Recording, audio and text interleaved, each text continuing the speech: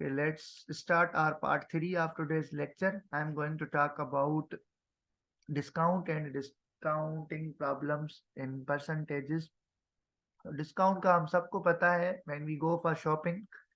So discount वो amount होता है, वो रियायत होती है जो हमें मर्चेंट पैसे बता के फिर छोड़ता है. So whatever discount is, it is to be deducted from the actual price. जैसे हम कहते हैं, पिछले वीडियो में मैंने बताया मार्क्ड प्राइस या टेक्ड प्राइस. उसी तरह डिस्काउंट बिजनेस में भी होता है, उसे ट्रेड डिस्काउंट बोलते हैं. आप कोई चीज लेते हैं फ्रॉम होलसेलर, होलसेलर लेता है फ्रॉम डिस्ट्रीब्यूटर और रिटेलर लेता है फ्रॉम होलसेलर. तो हम क्या कहते हैं, we ask for discount. Trade discount fix होता है परसेंटेजेस में कि भाई जो प्राइस लगी हुई है उसे बोलते हैं लिस्ट प्राइस. तो लिस्ट प्राइस से आप इतना परसेंट काट के हमें पैसे दो. तो प्राइस आफ्टर डिस्काउंट क्या होगी, वही सवाल है इंक्रीजिंग डिक्रीजिंग वाला. डिस्काउंट के सारे सवाल डिक्रीजिंग के होते हैं क्योंकि डिस्काउंट होता है माइनस.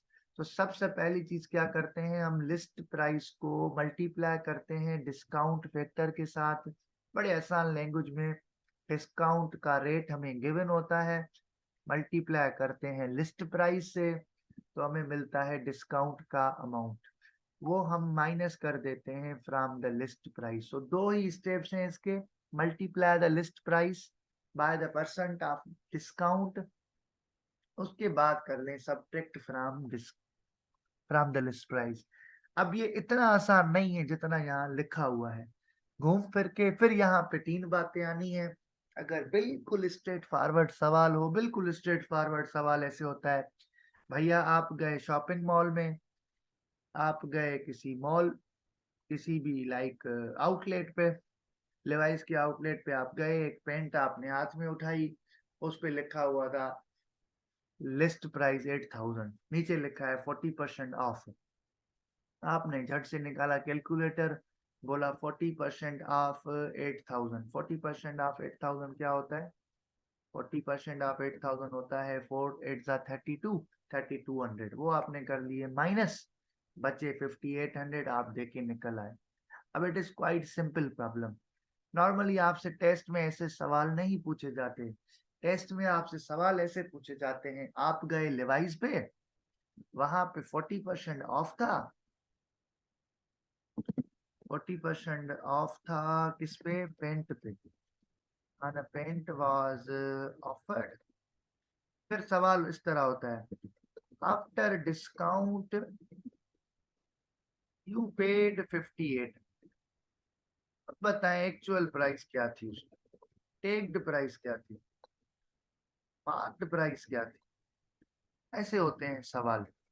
घूम फिर के बात वही है. टोटल तीन चीजें हैं, एक है रेट, दूसरा है एक्चुअल अमाउंट, तीसरा है फाइनल अमाउंट.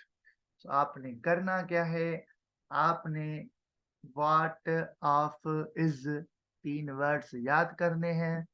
यहाँ पे इस केस में जो मैंने लिखा है, मार्क्ड प्राइस मुझे पता नहीं है क्या है, लेकिन इतना पता है कि कोई चीज थी, उसकी एक्चुअल प्राइस थी x रुपीज, उस पे 40% डिस्काउंट, 40% ऑफ x,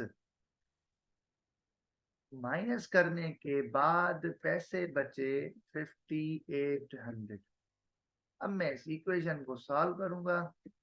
सॉल्व कैसे करूंगा, बड़ी सिंपल सी बात है.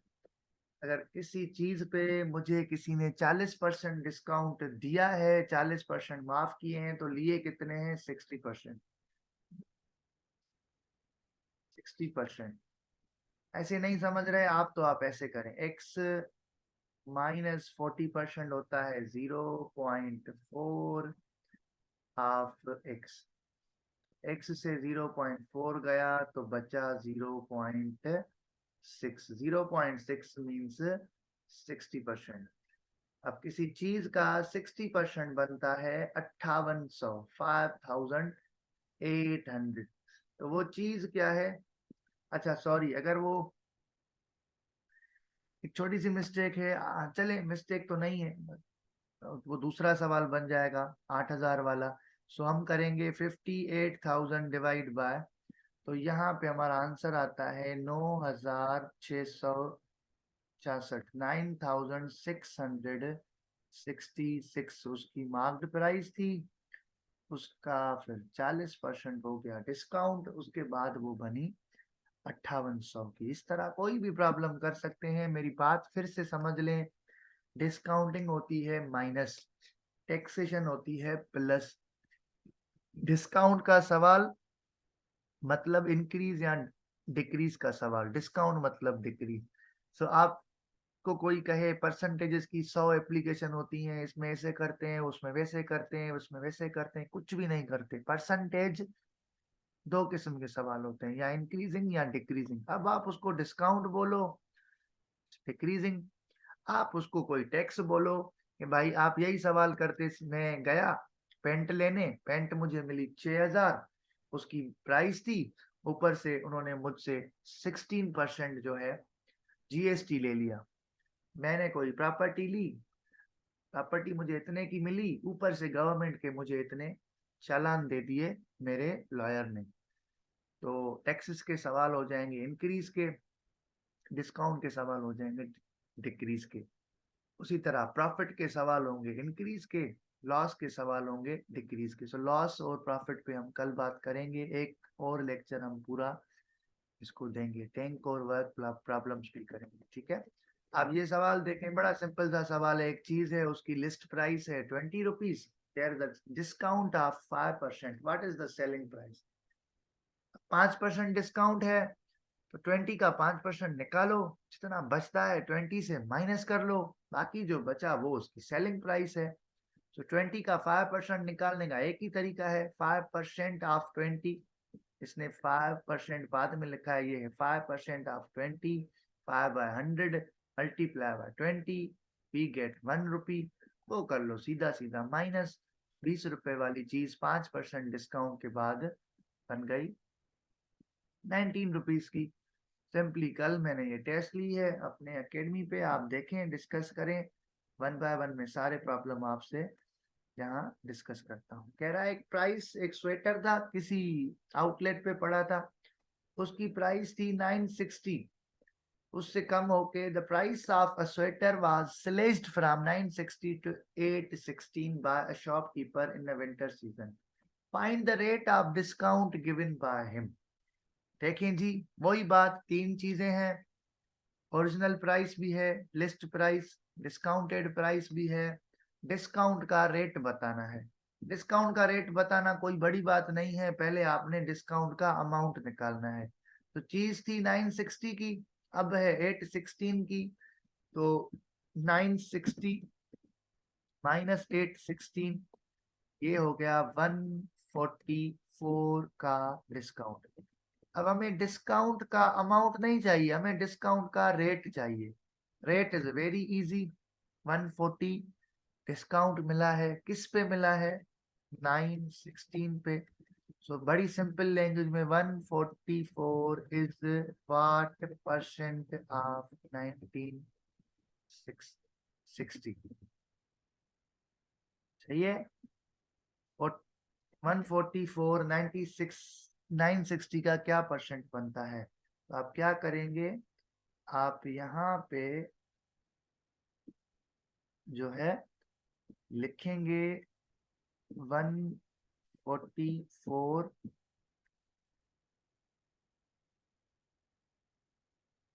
इज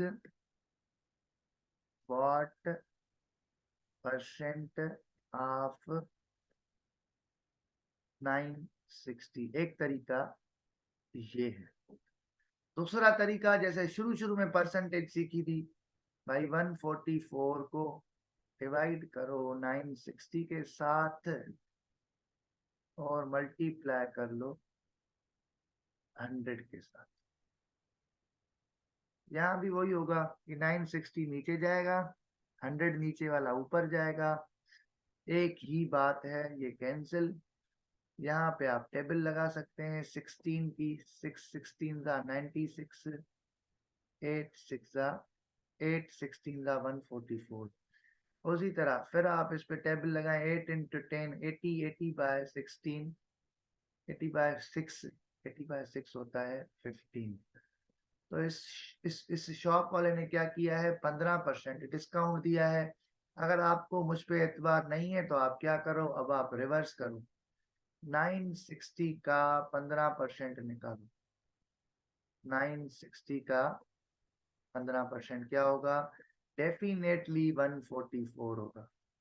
वो आप माइनस करेंगे, इधर 2, इधर 3, सॉरी 3 आएगा इधर, और इधर 1, इधर 48, 48 विद 3, 144, 144 हो गया डिस्काउंट। ये आप कर लें, माइनस किससे माइनस करेंगे, 960 से, प्राइस हो जाएगी 816। ठीक है। उसी तरह आप नेक्स्ट प्रॉब्लम पे देखें, find the rate of discount, वही सवाल है बिल्कुल, on a shirt whose selling price is 546 after a discount of 104 on its market price। अब ये जो 546 है ये इसकी सेलिंग प्राइस है, कितने का डिस्काउंट करके, 104 रुपए का।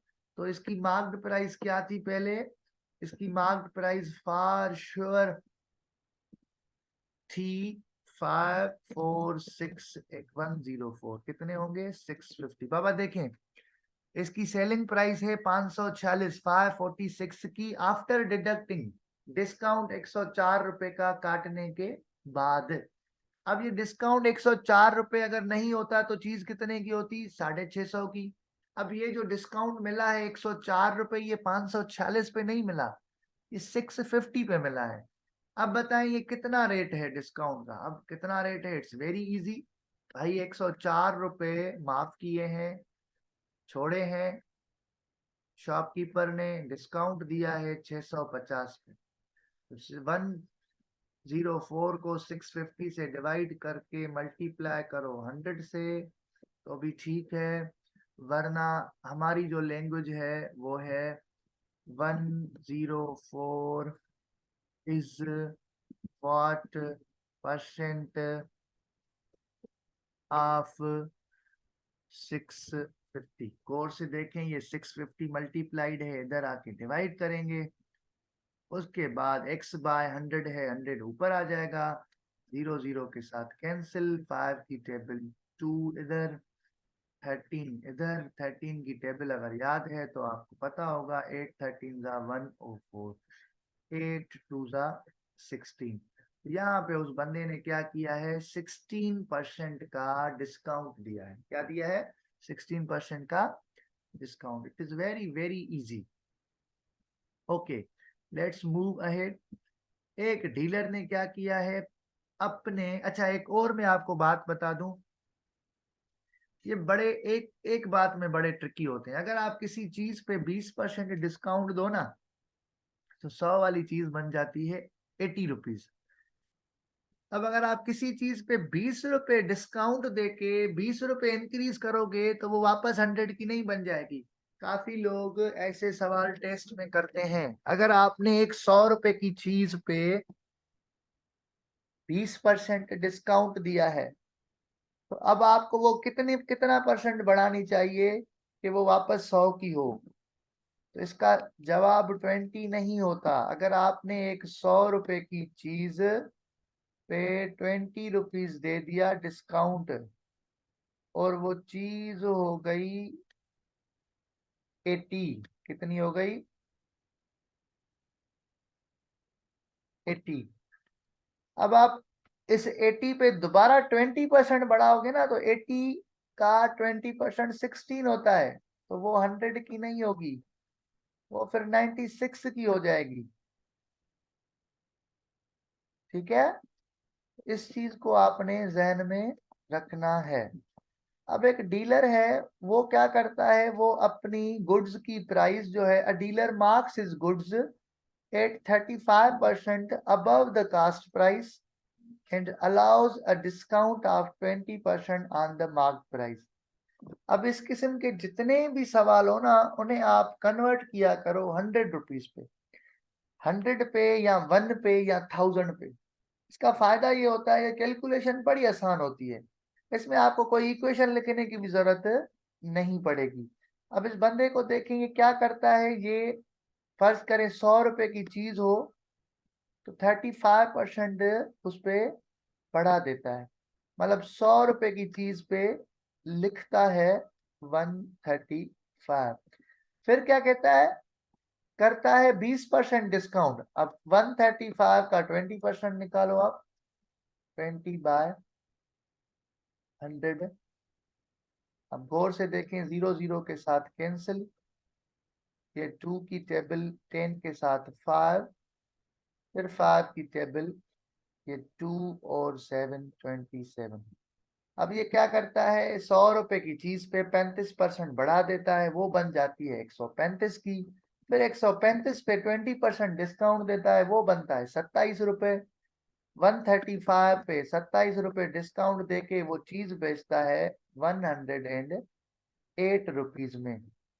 तो बताएं कि उस बंदे को कितने पैसे बचे। उस बंदे को बचे भैया, लॉस नहीं हुआ, गेन हुआ, लेकिन 8% हुआ। जबकि एक बंदा फर्स्ट टाइम में पढ़ेगा ना, तो उसे लगेगा यार ये तो 15% कमा रहा है।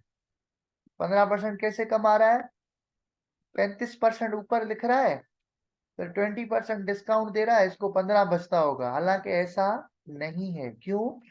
क्योंकि वो जो बढ़ा के लिख रहा है वो कॉस्ट पे लिख रहा है, 100 पे 35 बढ़ा रहा है, लेकिन जो डिस्काउंट दे रहा है वो 100 पे नहीं दे रहा, वो 135 पे दे रहा है।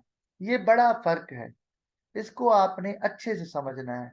दोबारा देखें, अ डीलर परचेज्ड, ये थोड़ा मुश्किल है, देखें डिटेल में बात करते हैं इस पे। अ dealer purchased a fan for 1080 after allowing a discount of 25% on its marked price. He gained 25%। बड़ा खिलाड़ी है ये बंदा। $1080 में इसने एक पंखा लिया है। अब क्या कर रहा है, लोगों को 25% डिस्काउंट दे रहा है। किस पे? जो प्राइस उसने लगाई है पंखे पे। 25% डिस्काउंट देने के बाद भी इसको 25% बच रहा है। तो ये तो कोई बड़ा खिलाड़ी बंदा है, इतना स्मार्ट बंदा है। 25% का डिस्काउंट देने के बाद भी 25% कमा रहा है। Find the marked price of the fame. अब मैं पहले निकालूंगा 1080 का 25%। वो निकालने के बाद मुझे पता चलेगा कि ये इसने बेची कितने में है। सो 1800 का 25% कैसे निकलेगा?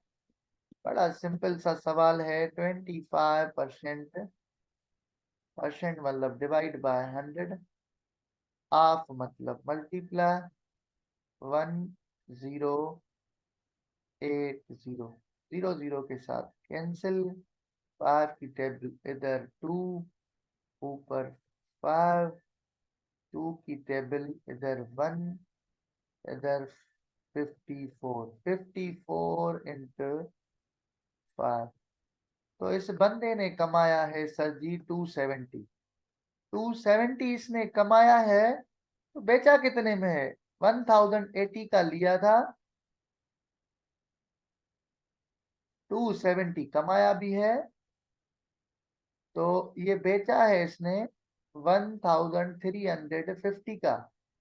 चलो बेचा तो इतना है, लेकिन इसने लिखा कितना था ये मालूम करना है हमें। तो ये मालूम करना इज वेरी इजी भाई। इसने जो भी लिखा था ना उसका 25% डिस्काउंट दिया था। जो भी लिखा था उसका 25% डिस्काउंट देने के बाद 1350 में बेचा था। सो कितने में दिया था हमें नहीं पता, लिखा था x। फिर उस x पे 25% डिस्काउंट भी दिया, 0.25। वो 25% डिस्काउंट देने के बाद भी उसने 1350 का बेचा है और 270 रुपए अर्न किए हैं, 25% प्रॉफिट लिया है। सो ये हो गया 0.75। जितना लिखा है 25 काट के 75 लिया है, 75 लेने के बाद भी 1350 में बेचा है। तो अब आप इसे डिवाइड करोगे तो आपको मिलेगा 1800। इतना होशियार बंदा है, 1080 रुपए की चीज लेके उस पे प्राइस टैग लगाया 1800 का, फिर उसके नीचे लिखा 25%, जैसे बंदा देख के ही ले ले।